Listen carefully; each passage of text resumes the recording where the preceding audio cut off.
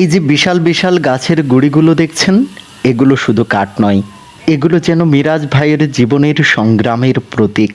সমিলে প্রতিদিন বড় বড় গাছের গুড়ি তোলার কাজ করেন তিনি। কাজটা যতটা সহজ দেখায়, বাস্তবে ততটাই কঠিন। এক একটা গুড়ির ওজন যেন কয়েকজন মানুষের সমান, কিন্তু সংসারের দায়িত্বের কাছে সেই ভারও যেন হালকা হয়ে যায়। ভোরের সূর্য ওঠার আগেই শুরু হয় তার কর্মযুদ্ধ।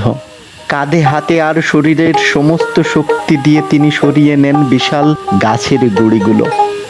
প্রতিটি ধাক্কা, প্রতিটি টান আর প্রতিটি ঘামের ফোঁটাই বলে দেয় জীবন তাকে কতটা কঠিন পরীক্ষার মুখোমুখি দাঁড় করিয়েছে।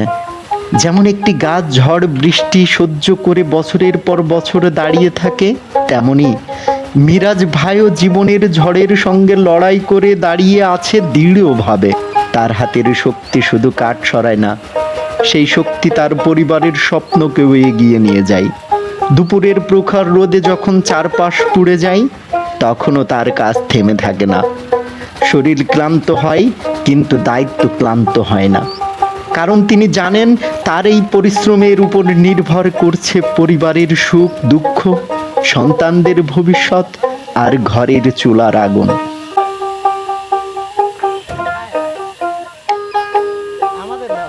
অনেক মানুষ কাঠের তৈরি সুন্দর আসবাব দেখে মুগ্ধ হয়, কিন্তু খুব কম মানুষ ভাবে এই কাঠগুলোকে রূপ দেওয়ার পেছনে কত শ্রম, কত ঘাম আর কত ত্যাগ লুকিয়ে আছে।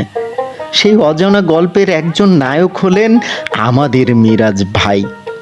দিন শেষে ক্লান্ত শরীর নিয়ে যখন তিনি বাড়ি ফেরেন, তখন হয়তো তার পকেটে টাকা থাকে না, কিন্তু তার বুক ভরা থাকে এক ধরনের শান্তি, সৎ পরিশ্রমের আনন্দ, দায়িত্ব পালন করার তৃপ্তি দিয়ে।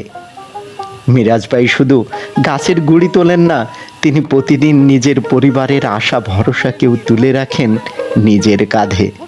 আর তাই আমাদের চোখে তিনি শুধু একজন শ্রমিক নন, তিনি একজন সংগ্রামী মানুষ, একজন নীরব যোদ্ধা।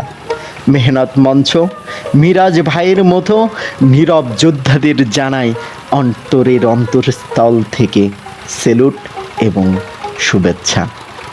জয় হোক মেহনতি মানুষের।